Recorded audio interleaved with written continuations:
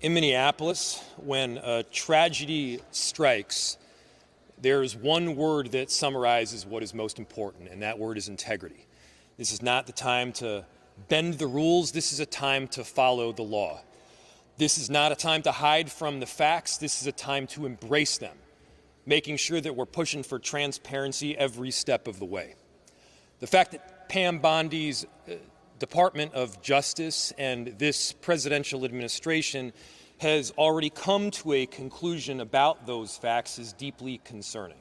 The facts that from the very beginning they're calling the victim a domestic terrorist, they're calling the actions of the agent involved as some form of defensive posture. We know that they've already determined much of the investigation, and even if they haven't, there is the appearance that there is some conclusion drawn from the very beginning. If not hide from the facts, why not embrace them?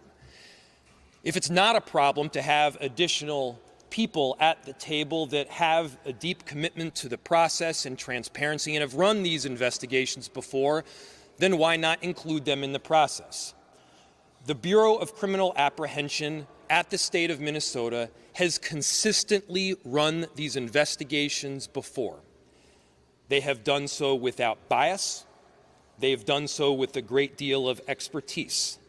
This is not some radical, way out there group.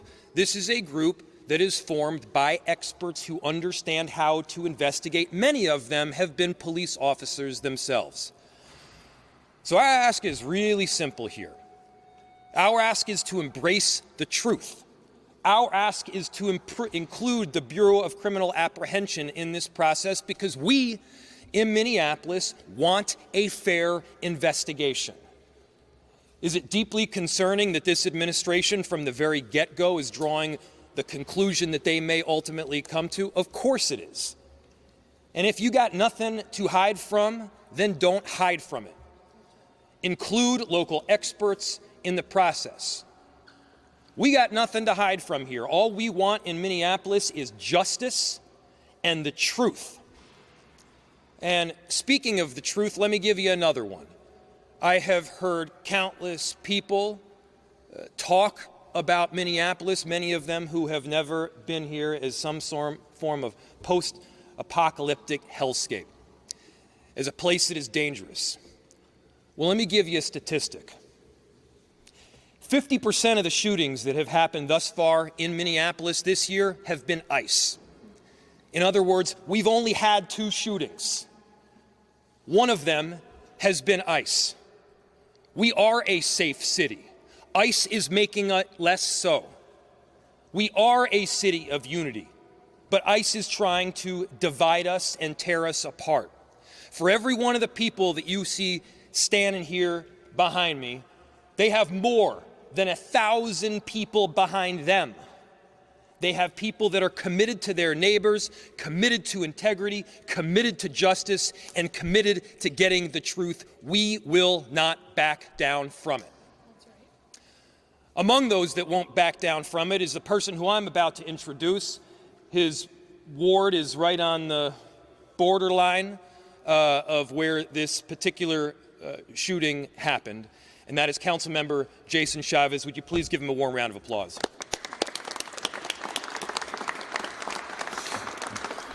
Good morning. My name is Jason Chavez, and I have the privilege of representing Ward 9 on the Minneapolis City Council, where ICE murdered Renee Good. I want to let you all know that our entire community is mourning because of the inhumane tactics of ICE separating our families, forcing people back into the shadows, and the pure brutality by Immigration's Customs Enforcement.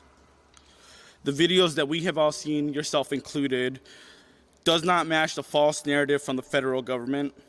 In fact, you could hear the words, "I am pulling out," moments before ICE decided to take the life of Renee Good.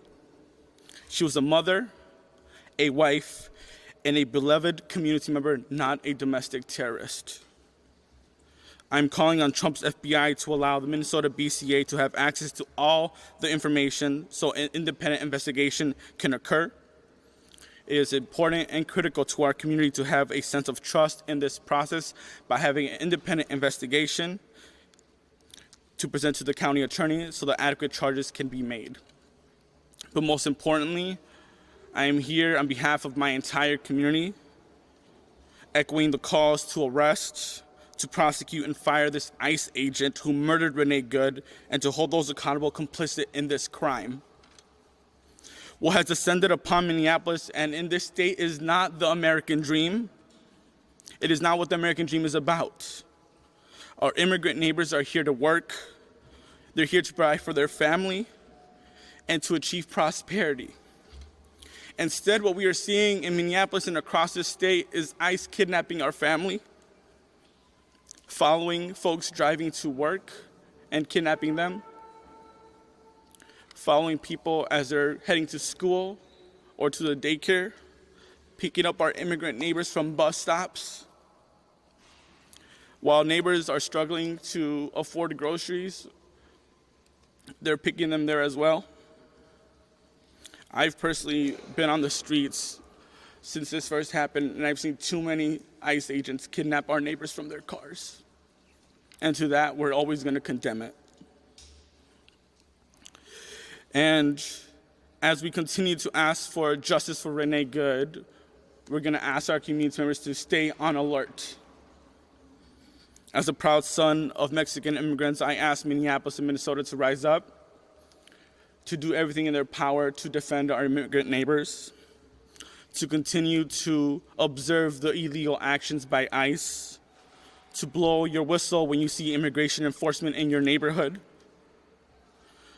to get trained on rapid response so you can educate your neighbors on what is happening on your block, to provide rides to your immigrant neighbors who need to go to work, who need to get groceries, who need to see their children come back home safely, to help your immigrant neighbors move their cars during snow emergencies, because what we are seeing is many of our immigrant neighbors being picked up simply by moving their cars.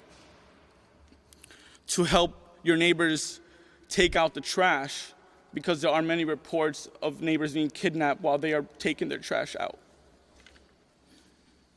To support our immigrant-owned businesses, to drop off groceries to our children, mothers, fathers, our community members that are starving, and to let know that ICE is not welcome in this city and in this state. And lastly, we're here to demand justice for Renee Good.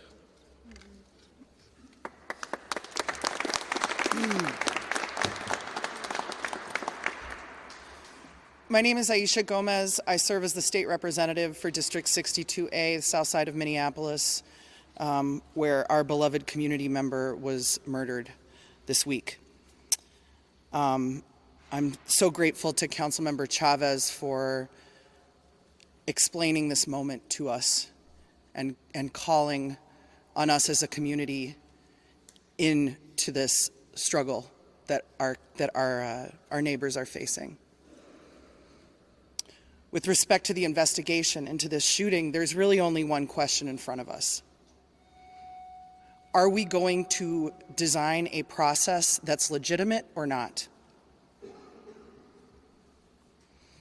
In 2020, the state legislature created the Force Investigations Unit after the murder of George Floyd, which happened right around the corner, 7 or 8 blocks away from where Renee Good was murdered. This unit was established after a long process of looking into what are the best practices when there is an officer-involved shooting. We learned a lot about this in 2020 in Minneapolis, unfortunately. One of the things that we learned is that if you actually are interested in public safety, if you actually are interested in the legitimacy of a law enforcement force in your community, then you must be invested in accountability, in transparency, and in fair investigations when bad things happen. That's right. And so that's the question in front of us.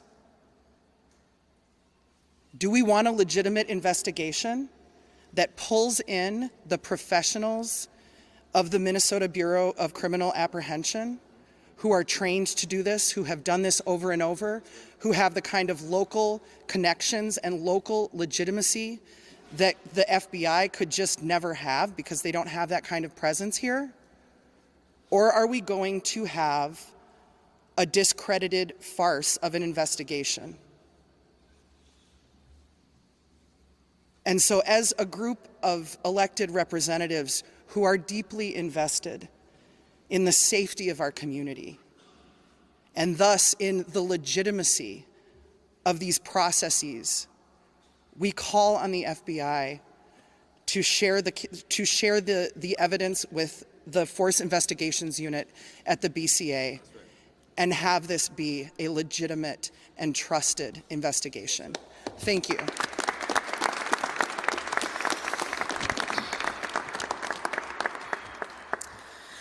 I'm Hennepin County Commissioner Irene Fernando, but you can call me Commish. I use she, her pronouns, and I'm a very, very proud child of immigrants. I'm the youngest woman to ever serve on the Hennepin County Board. I'm the first Filipino American elected in the state, and I'm Hennepin's first board chair of color in our 174-year history. My heart is grieving for Renee and her family. This is an unimaginable and preventable loss. I honor Renee's humanity and life, and I acknowledge the deep pain felt by her loved ones and neighbors. The taxpayer-funded actions and harm we are experiencing right now are inhumane, unlawful, and unconstitutional. United States due process means that justice is pursued through legal action, credible investigation, and courts, not through guns, murder, and violence on our streets. There's jarring footage that show ICE agents stage at elementary school bus stops and going door to door. Often agents are unwilling to provide a badge number, a warrant, or any legal documentation. This is a terrifying reality for Minnesotans since we are still grieving Speaker Hortman's assassination due to the impersonation of a police officer at her doorstep.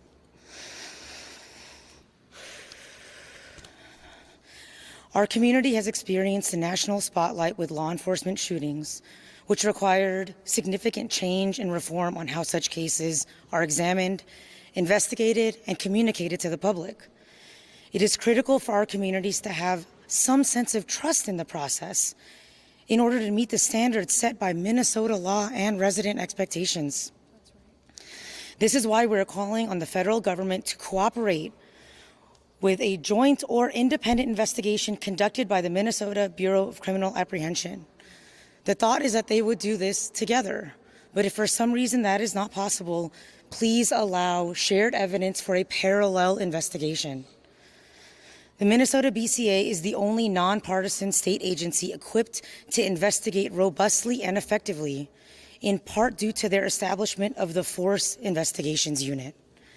They have the expertise, they are equipped, and they are ready to pursue justice on behalf of Minnesotans.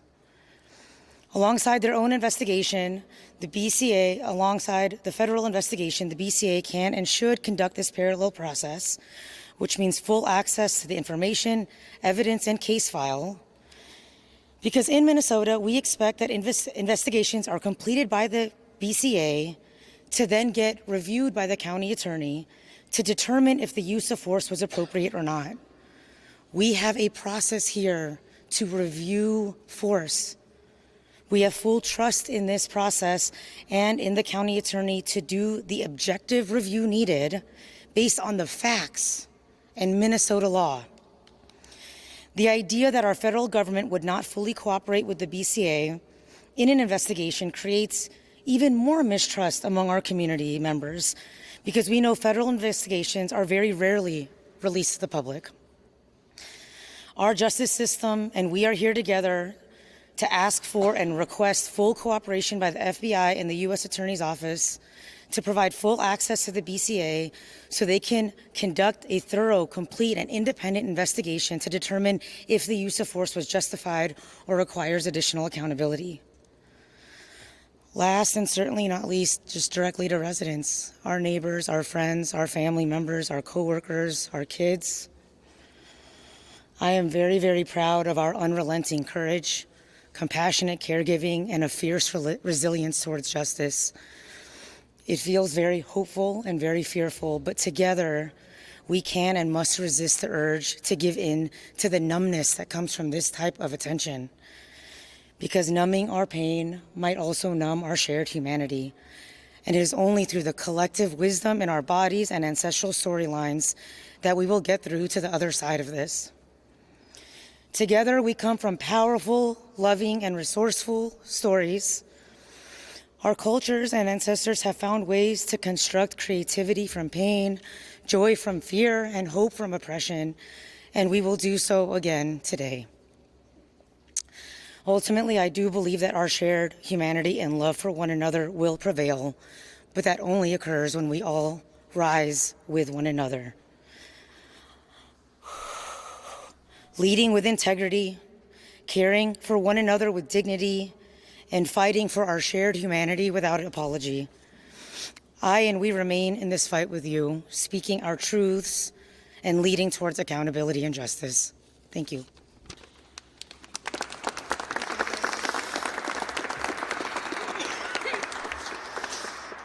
Good morning, everybody. I am State Senator Zaida Mohammed. I think I speak on all of my colleagues, especially colleagues in the Senate, when I say we are here on behalf of Renee Nicole Good, a beloved wife, mom, daughter, and neighbor who was needlessly and brutally taken from us in Minneapolis streets on Wednesday morning. That night, thousands of us gathered at the site to grieve the loss and to mourn Renee and to rally for justice. Everything I have learned about Renee, about her humanity and compassion, tells me she would have been there with us, speaking truth to power and turning pain into poetry. This federal government has given us too many reasons to not trust them to do the right thing. There are thousands of agents were sent here under a false pretense in the minutes after an agent, and the minutes after an agent's shot, they refused to render aid. And their leaders have used every opportunity since this tragedy to lie about the facts, to lie about Renee, and to blame her for her own murder. There were many witnesses to Renee's murder, and the horrific videos we have seen make us all witnesses. This was a crime in broad daylight, and the attempt to cover it up is another. Renee is owed the same rights we promised to every American: due process, respect, and truth.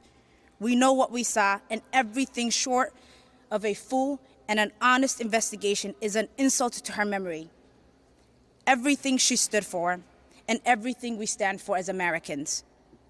At 10 o'clock today, we will honor the life and legacy of Renee Nicole Good with a moment of silence.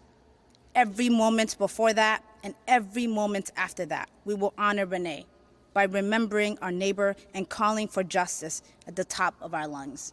And with that, we will take questions. Josh Einiger from MS Now. Yesterday, at her event in New York, the Homeland Security Secretary was actually asked specifically about the information sharing and the ability for locals to take some sort of investigative role here. And her answer was basically, well, they refuse to investigate illegal immigration, so why should we let them do that?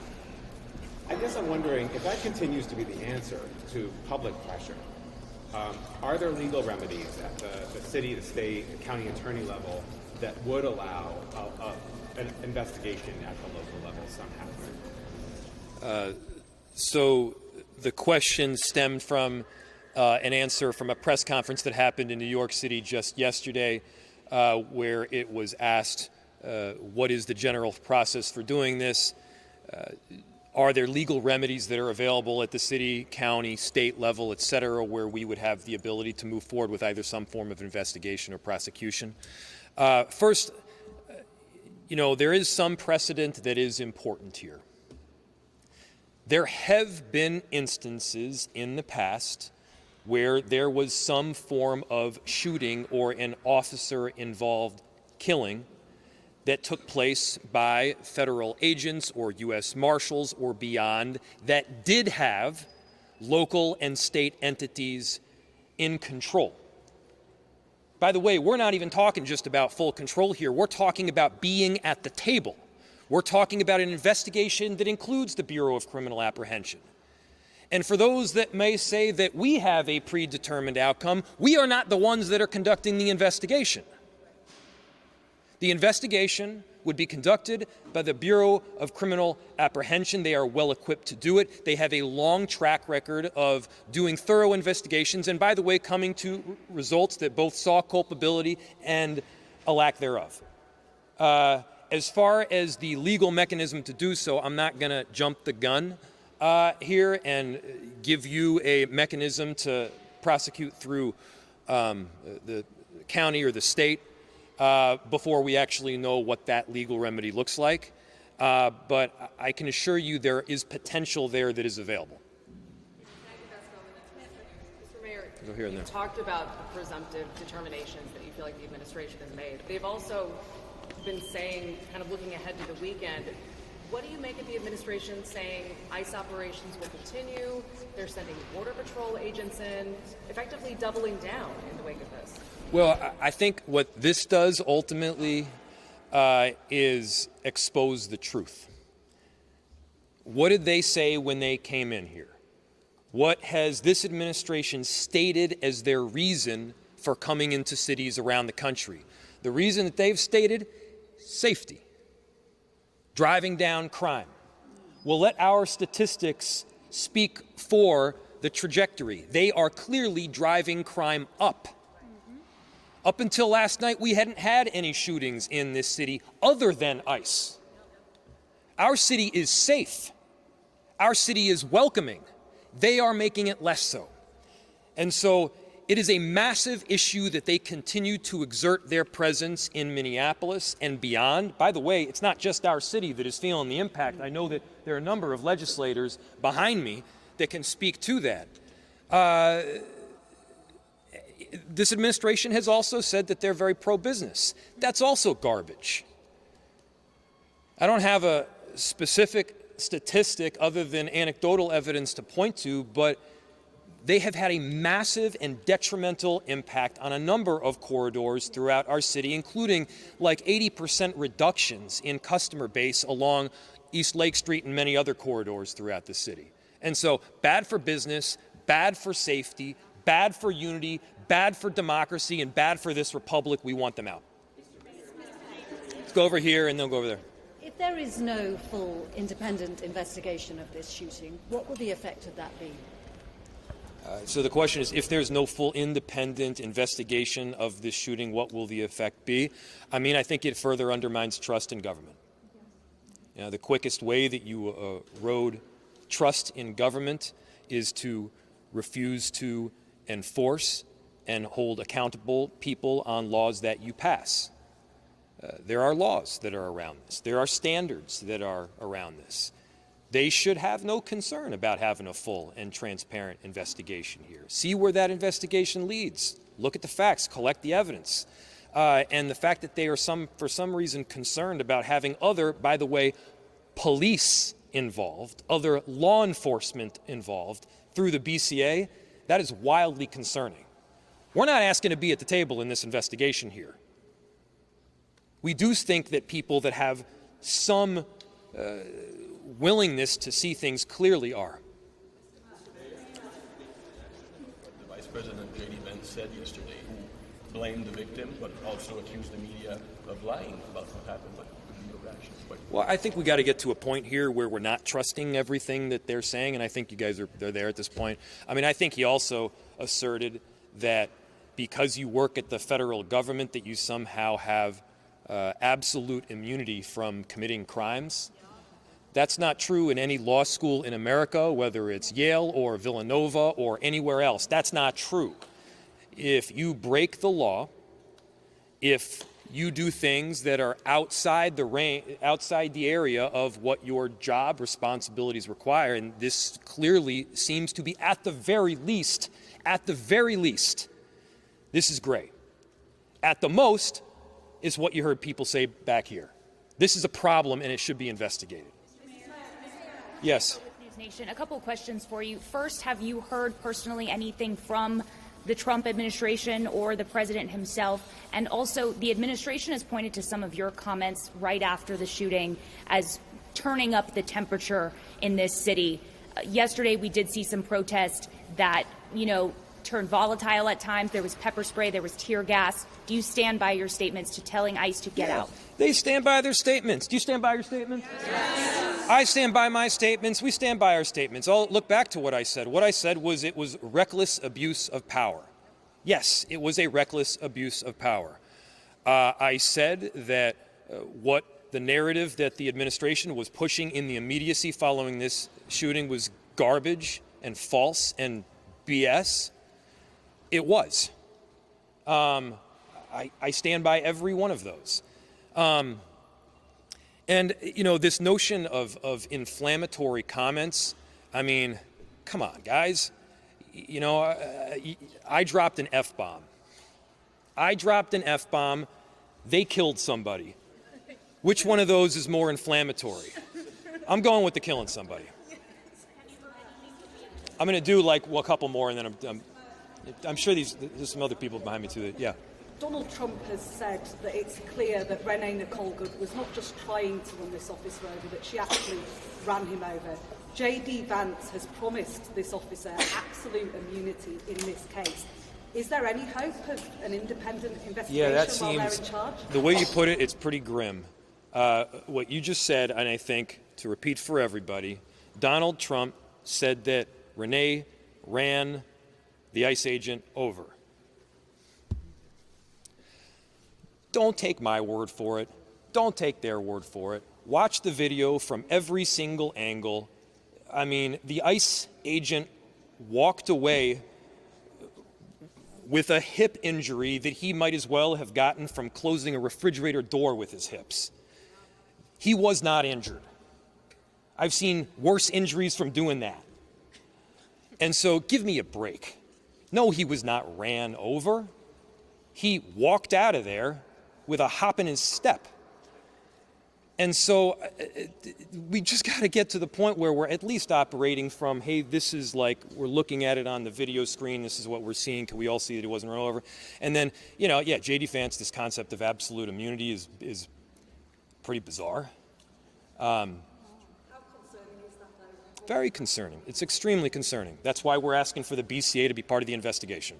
We have time for about 2 more questions. Does someone have a question for someone other than my boss? I'm just wondering if we have a sense for the timeline here, like how fast moving this is. Is there a point at which the state loses access completely to the investigation materials? Do you want to answer that? I don't know the exact timeline, but I imagine the answer is yes. Go for it. Jamie Long, State Representative, Minneapolis Representative. There have been instances in the past where the FBI has shared information weeks after or even months after. It would be much better if the Bureau of Criminal Apprehension were able to be involved right now. There is time-sensitive evidence. There are memory lapses that happen if you aren't able to interview witnesses right away. And so they were invited by the FBI to participate in the investigation jointly originally. And then for some reason they decided to walk away. We are asking for their full participation as the FBI intended originally. They were clearly told by somebody that they couldn't participate anymore. And when you have the President of the United States, the Vice President, the FBI Director of Homeland Security already coming to conclusions, and then they are told on the ground that they can no longer be involved with local investigators, that causes a lot of concern. And to us, time is important, but they should be involved in the investigation at any time that they're allowed to be.